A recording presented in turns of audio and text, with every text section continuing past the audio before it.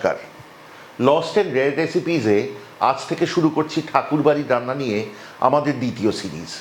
এই সিরিজের সবকটি রান্নাই কিন্তু অতি সুস্বাদু এবং খুব ব্যতিক্রমী। তাদের অনেকগুলিতেই খুব প্রত্যক্ষ বিদেশি প্রভাব। আজকে শুরু করব ঠাকুরবাড়ির একটি গল্প দিয়ে। রবীন্দ্রনাথ ঠাকুরের মেজদাদা ছিলেন শ্রী সত্যেন্দ্রনাথ ঠাকুর। তিনি প্রথম ভারতীয় হিসাবে সিভিল সার্ভিস অর্থাৎ আইসিএসে যোগদান করেন। তার কন্যা ছিলেন ইন্দিরা দেবী চৌধুরানী। তিনি ছিলেন অত্যন্ত সুলেখিকা এবং সঙ্গীতেও তার প্রতিভা ছিল।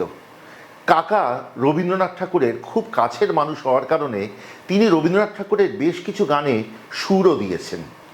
তিনি বিবাহসূত্রে আবদ্ধ হন বিখ্যাত লেখক শ্রী প্রমথ চৌধুরীর সাথে। তিনি রান্নাবান্না খুব একটা পারতেন না নিজে, কিন্তু যখনই তিনি ভ্রমণ করেছেন দেশে এবং বিদেশে, সেখানে যা ভালো লেগেছে সেই রান্না তিনি টুকে রাখতেন একটি খাতায়। স্বভাবতই সময়ের সাথে সাথে সেই খাতা হয়ে ওঠে এক সোনার খনি।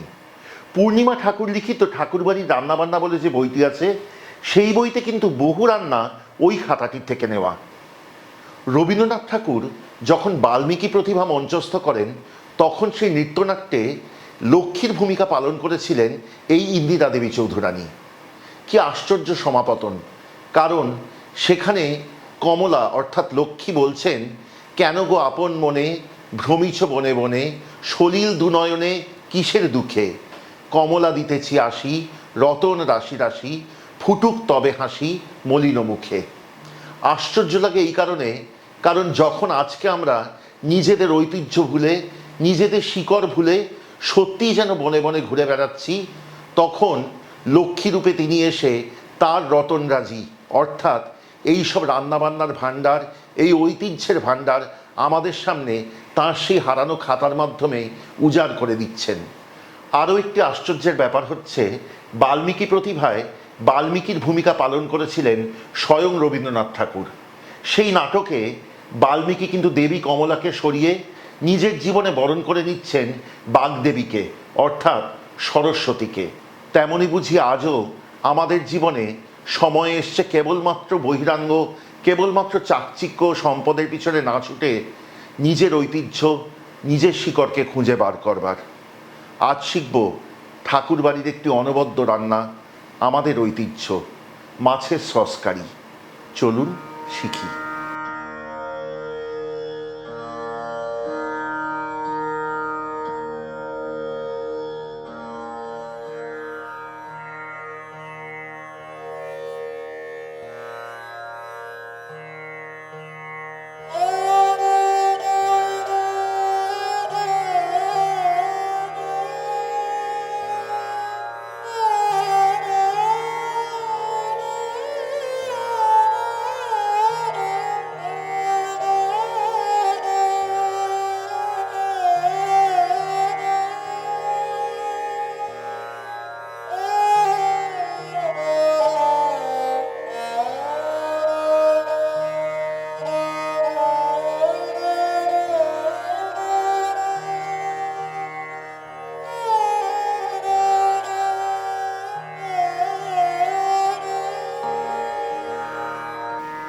ঠাকুরবাড়ির মাছের সস কারির জন্য আপনি নিয়ে নিতে পারেন রুই, কাতলা অথবা ভেটকি মাছ।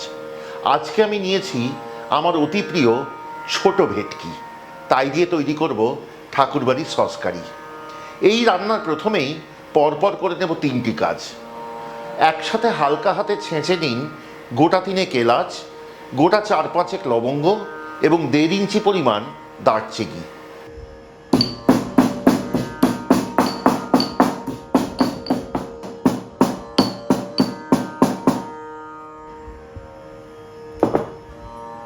এরপর একটি বাটিতে নিয়ে নিন 1 চা চামচ হলুদ এবং 1.5 চা চামচ লঙ্কার গুঁড়ো।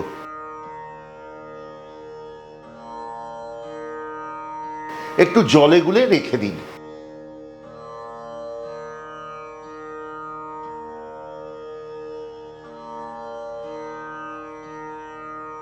এবং সবশেষে মাছে মাখিয়ে নিন নুন এবং হলুদ।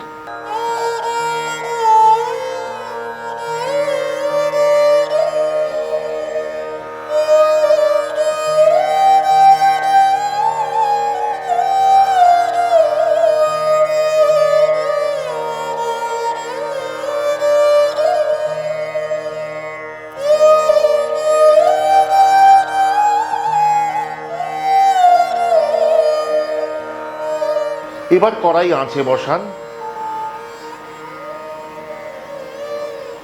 তাতে দিয়ে দিন খানিকটা তেল। তেল গরম হলে তখন তাতে ভেজে তুলুন মাছগুলি।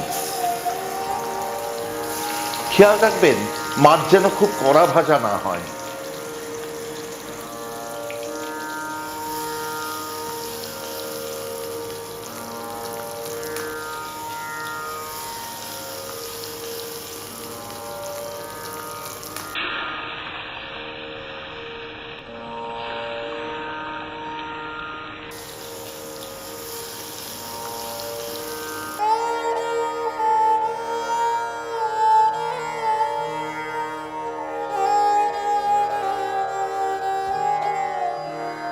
মাছ ভাজা হয়ে গেলে অবশিষ্ট তেলের সাথে যোগ করুন বড় চামচের 1 থেকে 1.5 চামচ ঘি।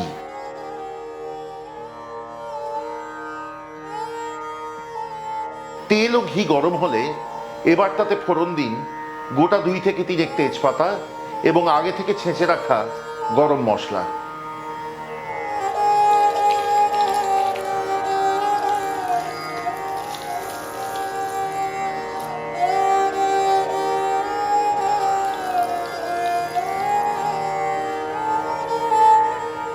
তেজপাতা এবং গরম মশলার সুগন্ধ বেরোলে তখন তাতে দিয়ে দিন গোটা 2 চামচ পেঁয়াজ বাটা এবং 1 চামচের একটু কম আদা বাটা। ভালো করে কষাতে থাকুন যতক্ষণ না কাঁচা গন্ধ চলে যায়।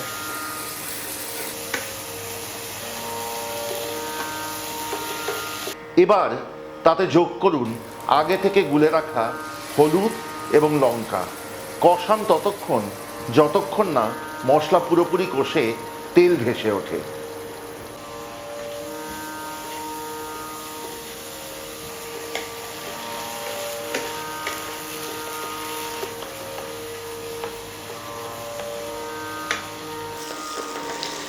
আমাদের মশলা কষানো হয়ে গেছে। এইবার আসবো এই রান্নার আসল বিশেষত্বে। এখানে দিয়ে দিন 3 থেকে 4 চামচ টমেটো সস।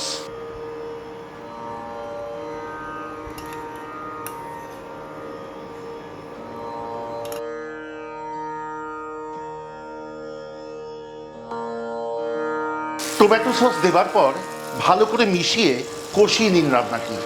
তবে মনে রাখবেন এই পর্যায়ে কিন্তু রান্নাটি খুব বেশিক্ষণ আর কষাবার প্রয়োজন নেই। এরপর এতে দিয়ে দিন কয়েকটি জিনিস। প্রথমত দেবেন খুব অল্প চিনি। মনে রাখবেন এই চিনি কিন্তু শুধুমাত্র ব্যালেন্সিংয়ের জন্য, মিষ্টত্বের জন্য নয়। দ্বিতীয়ত দিন স্বাদ অনুসারে নুন। এখানেও কিন্তু মনে রাখবেন টমেটো সসেও নুন আছে এবং আগে মাছ ভাজার সময়ও কিন্তু আপনি নুন দিয়েছিলেন, সেই আন্দাজ করে নুন দিতে হবে। এরপর ছেড়ে দিন গোটা 3-4 কাঁচা লঙ্কা, গোটা কাঁচা লঙ্কা এবং সবশেষে দিয়ে দিন খানিকটা গরম জল। রান্নাটি ভালো করে মিশিয়ে নিন। অল্পক্ষণের মধ্যেই ফুটতে আরম্ভ করলে তাতে সাবধানে ছেড়ে দিন মাছগুলি। এবার আঁচ কমিয়ে আনুন।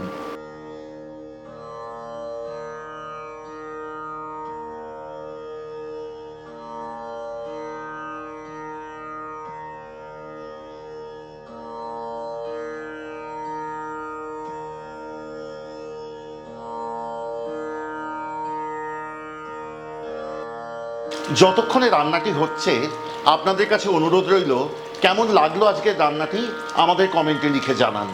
যদি ভালো লাগে সঙ্গে থাকবেন, সাবস্ক্রাইব করবেন, খুব আনন্দ পাবো।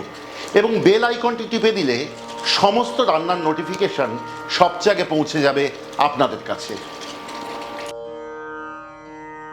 আগেই বলেছি এই মাছ রুই, কাতলা অথবা ভেটকি দিয়ে করতে পারেন। যেহেতু আমি ভেটকি মাছ দিয়ে করছি এবং ভেটকি মাছ খুব নরম মাছ, তাই অতি সাবধানে একবার উল্টে দেব।